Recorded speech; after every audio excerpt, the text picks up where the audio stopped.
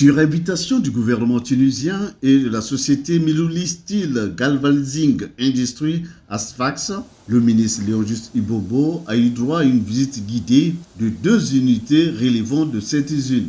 La première a consisté Towers, une unité spécialisée dans la fabrication des poteaux de lignes métalliques de type candélabre, poteaux d'éclairage public et de supports de lignes électriques suivant les hauteurs de 5 mètres à 35. La production mensuelle de fabrication s'élève entre 7 000 et 8 000 poteaux de lignes métalliques. La deuxième phase, c'est celle qui a constitué l'entité spécialisée dans la fabrication des pylônes de télécommunications, des accessoires tels que tubulaires et cornières, des charpentes et de ponts métalliques.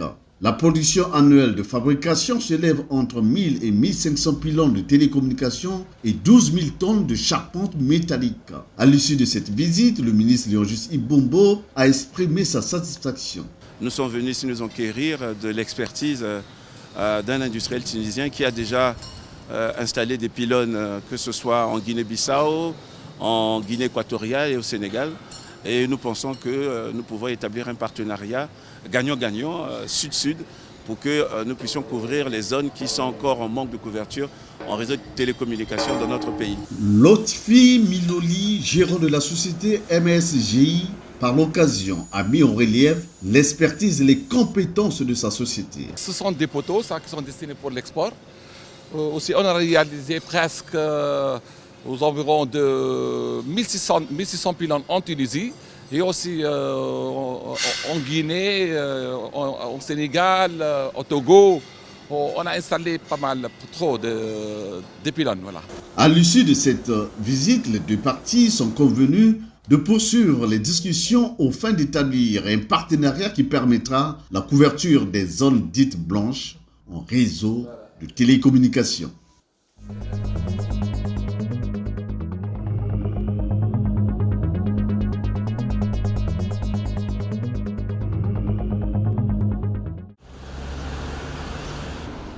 L'échange entre le ministre congolais en charge des postes de télécommunications et de l'économie numérique et son homologue tunisien a permis aux deux hommes d'entrevoir la coopération sud-sud, notamment dans le domaine du développement numérique, avec la tenue prochaine à Brazzaville du premier forum tuniso-congolais sur le numérique et les TIC. Il y a pas mal de sujets sur lesquels on peut vraiment capitaliser sur l'expérience des uns et des autres. Et on est vraiment prêt, ici en Tunisie, d'apporter tout le savoir-faire que nous avons sur ces sujets-là et au-delà. Et on a discuté également du forum des technologies de l'information qui est prévu d'être organisé dans le mois de septembre.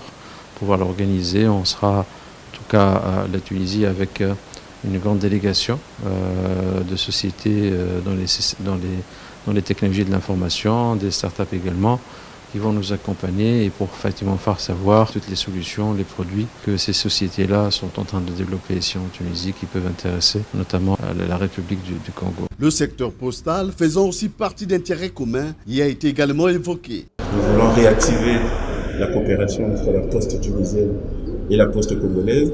Nous avons un mémorandum que nous devons finaliser aussi, réactualiser ce mémorandum pour que les échanges entre nos deux pays soient plus dynamiques. Au forum de Brazzaville, le ministre tunisien sera à la tête d'une délégation d'une quinzaine de chefs d'entreprise du numérique appartenant au groupement Getit avec forte expertise et plus de 1800 projets réussis dans plus de 25 pays et une dizaine d'implantations en Europe.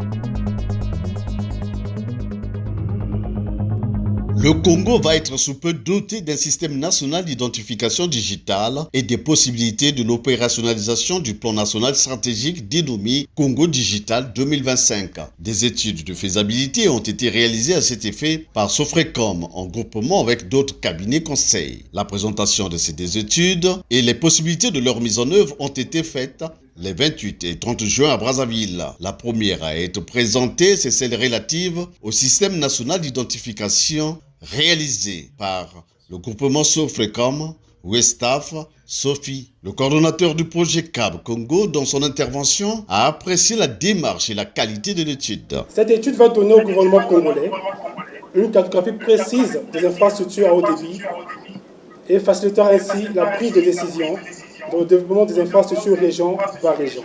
Aujourd'hui, nous sommes réunis pour assister à la restitution de l'étude sur la mise en œuvre du plan national stratégique Congo Digital 2025, qui peut être considéré comme la mise en œuvre d'un plan d'action implémentant la stratégie d'e-gouvernance. Le cabinet Sofecom, en groupement avec les cabinets IDAT et SOTEC, a été recruté selon les procédures de la Banque africaine de développement. Léon Juste Ibombo, représentant le gouvernement en sa qualité du ministre en charge du numérique, a souligné tout l'intérêt que revêt le système national d'identification pour le pays. Comme vous le savez, le système d'identification en étude permettra de fournir les bases d'un service public en ligne mature, offrir une solution d'authentification centralisée et unique à l'ensemble des services publics en ligne, contribuer à l'émergence d'une société de l'information de la République du Congo et à sa transformation vers une société intelligente, connectée et inclusive. Ce, en application des recommandations internationales en la matière. Étant de haute portée nationale, cette étude de restitution requiert ici de chacun de nous, politiques, administratifs et experts, l'apport des contributions enrichissantes qui soient à la hauteur de nos attentes. Une autre étude a été présentée 48 heures après, concerne l'opérationnalisation du plan national stratégique Congo Digital 2025.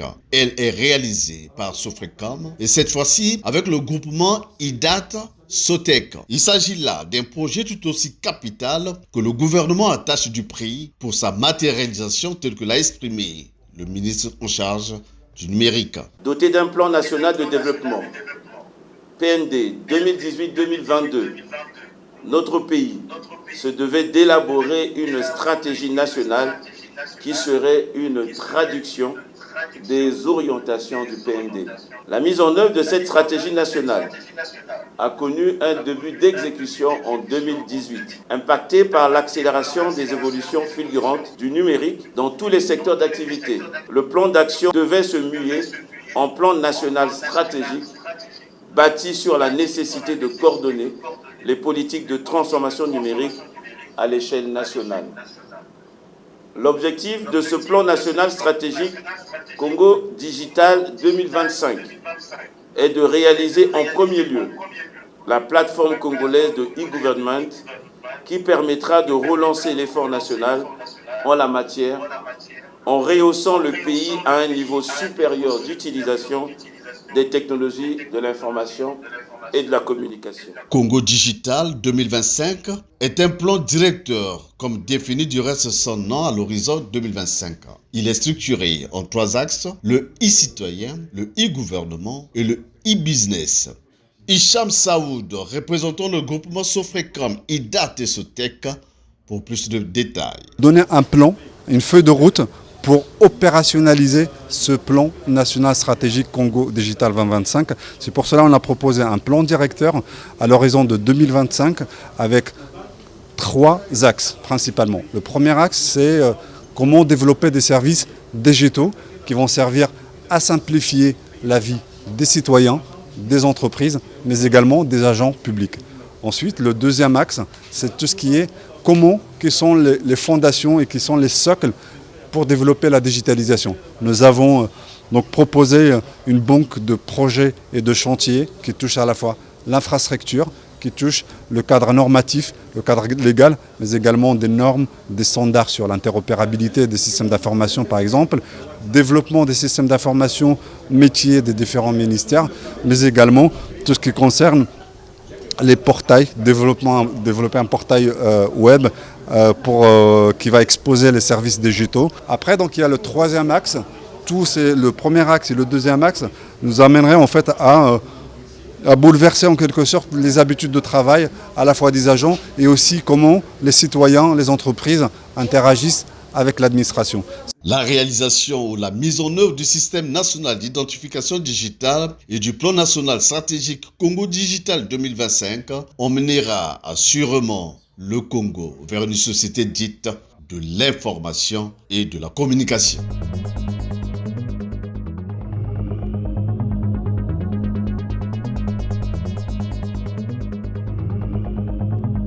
Elles sont au total 100 femmes en formation à Brazzaville au métier du numérique depuis le 29 juin 2021. Initiée par la Fondation MTN et le Centre de formation qualifiante Congo Technologie, cette formation est organisée dans le seul but d'accompagner le gouvernement dans la réalisation de son programme qui met sur orbite le développement de l'économie numérique. La cérémonie du lancement officiel a été patronnée par le ministre en charge de l'économie numérique, Léon Juste Ibombo, en présence de la ministre de la promotion de la femme Inès Neferingani. Pour la directrice générale par intérim de MTN, Prisca Lomuel, le projet Une femme égale une formation dans le secteur du digital vise à réduire l'écart de compétences entre l'homme et la femme. Nous souhaitons contribuer donc à la mise en place d'un vivier qui soit la base d'une économie numérique forte.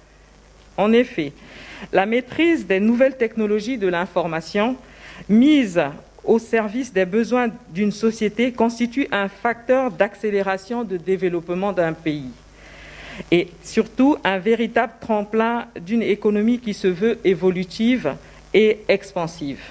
C'est pourquoi, m'adressant à vous, mesdames, j'aimerais vous dire que nous sommes très heureux que vous soyez les pionnières de ce projet qui se veut pérenne. C'est vous qui allez le lancer. 100 femmes retenues pour ce rendez-vous du donner et du recevoir comme première pionnière de ce projet suivent des enseignements sur la bureautique et l'infographie. Dans son allocution, le ministre Léon Juste Ibombo a relevé la faiblesse de la représentation des femmes dans les différents secteurs de l'emploi et dans les domaines de l'élaboration des politiques dans les technologies de l'information et de la communication. Pour lui, ce projet promouvant la femme au développement numérique contribuera à réduire la fracture numérique du genre. Il a exprimé la disponibilité du gouvernement à accompagner toutes les batailles contribuant au développement du capital humain. La parité est importante dans tous les secteurs, y compris dans le digital. Ces femmes apporteront un regard complémentaire à celui des hommes.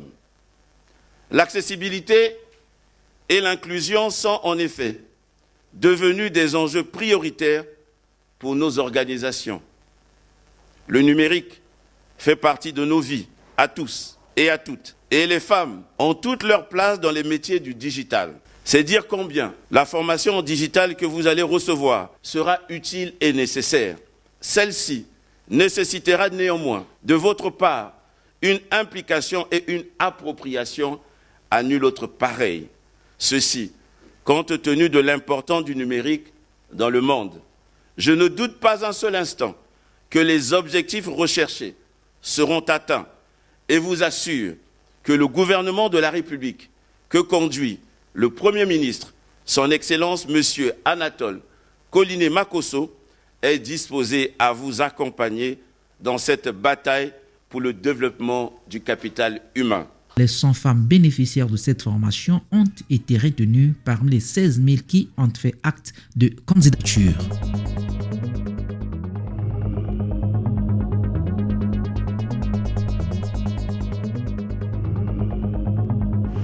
Après l'institution de l'organe ad hoc collégial de gestion de la Société des postes et de l'épargne du Congo, le ministre en charge des postes et des télécommunications est allé à nouveau échanger avec les agents de cette société le 29 juin dernier. Il s'est agi pour Léon Juste Ibombo de faire le point des démarches entreprises en un laps de temps par son cabinet tel que décidé par le comité de gestion, ceci afin de permettre aux postiers de recouvrer leur identité. Pour des raisons de clarté et comme prévu par le dit comité qui est appelé à évaluer les recettes et dépenses afin de prioriser la première dépense qui n'est autre que le salaire, Léon Juste Ibombo a édifié ce personnel sur les encaissements et recettes attendues. Madame la directrice générale de la SOPECO a dit attendre des partenaires les recettes suivantes. Notez-moi ça. MoneyGram. On attend pour ce mois, MoneyGram, 5 millions de francs CFA. Loyer, Banque Postale du Congo, juillet 2021. Nous attendons 13 011 790 francs. Frais de correspondance qui se trouvent au trésor public, 20 millions de francs CFA. Les frais de correspondance sont destinés au paiement des retraités. Loyer, Banque Postale Bakongo, 4 juin 2021, 4 648 847 francs CFA, soit un total, ce qu'on attend, 42 660 687 francs CFA. Si on soustrait les 20 millions pour payer les retraités, parce que c'est aussi nos parents, il va nous rester combien dans les caisses? 22 millions. Mais pour payer les actifs, c'est 38 millions. Encaissement par banque année 2021. LCB, janvier, 2 millions 103 000. Février, 2 millions 400 000. Mars, 4 millions 16 000. Avril, 8 millions. Mai, 2 millions. Juin, 1 million 779 000. LCB. LCB MEI 000000. BPC CC janvier 34 millions, février 20 millions, mars 16 millions, avril 35 millions, mai 37 millions, juin 24 millions. Recettes, BPC recettes 1 million 175 000. Mars 0, avril 15 millions, mai 0, juin 0. Mucodec 0, 0, 30 000, 0, 0, 0. Mucodec 0, 0, 0, 26 000. BAC 0, 0, 0, 0, 0, 0. BCH 0, 0, 0, 0, 0. Ecobank 0, 0, 0, 0, 0. Juin, puisqu'on prend le dernier mois, le mois en cours, juin, on a encaissé 26 557 938 francs CFA. Après avoir fait cet état de compte ainsi que celui de la supériorité des charges de cette entreprise par rapport aux entrées, le ministre Léon-Juste Ibombo s'est tout de même indigné du retrait annoncé sans raison valable des partenaires sociaux de cet organe de gestion pourtant ouvert à tous les acteurs du secteur. Les délégués du personnel de la SOPECO, ou s'il y a soi-disant des malversations, de l'argent caché au niveau de la SOPECO, le comité de gestion est ouvert pour vous recevoir. Mais je n'accepterai pas que, soi-disant, des gens qui prétendent sauvegarder l'intérêt de votre outil puissent le saborder pour des considérations dont je n'accepterai pas. La SOPECO, appelée à retrouver ses lettres de noblesse, voilà pourquoi le ministre Léon-Juste Ibombo entend restaurer l'autorité de l'État au sein de cette structure. À cet effet, il a annoncé plusieurs nouvelles mesures devant concourir au bon fonctionnement de cette société, parmi lesquelles la réactivation des conseils de discipline. Je mettrai ici à la SOPECO, d'abord dans les deux grandes recettes principales, Brazzaville et Pointe-Noire, un pointeur. Chaque agent de la SOPECO, quand il va prendre son service, il pointera. J'aurai le monitoring. Dès aujourd'hui, nous allons réactiver dans le cadre du règlement intérieur de la SOPECO, le conseil de discipline. Présents à ces échanges, certains travailleurs se sont réjouis de l'esprit d'ouverture prôné par le ministre et de la proximité entre le cabinet et la SOPECO observée ces temps-ci. Toutefois, ils ont formulé quelques suggestions au gouvernement, notamment la nécessité de créer une autorité de régulation du secteur postal avant de demander que soit revue la subvention annuelle de l'État, jusque-là estimée à 113 millions de francs CFA. On a besoin que le secteur postal soit régulé. Aujourd'hui, la SOPECO est opérateur désigné par défaut et aussi le fonds postal. Le secteur du numérique a le fonds postal, mais le secteur postal n'a pas de fonds. Il y a aussi la subvention.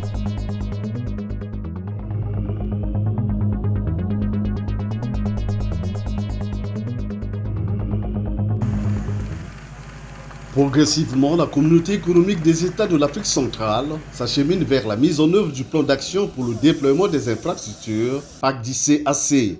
Les ministres en charge des télécoms et des TIC des pays membres de la CEAC ont approuvé cette volonté au cours de la réunion de haut niveau tenue en visioconférence le jeudi 24 juin 2021. Il s'agit d'adopter un plan d'action consensuel pour le déploiement des infrastructures en communications électroniques au niveau de l'Afrique centrale.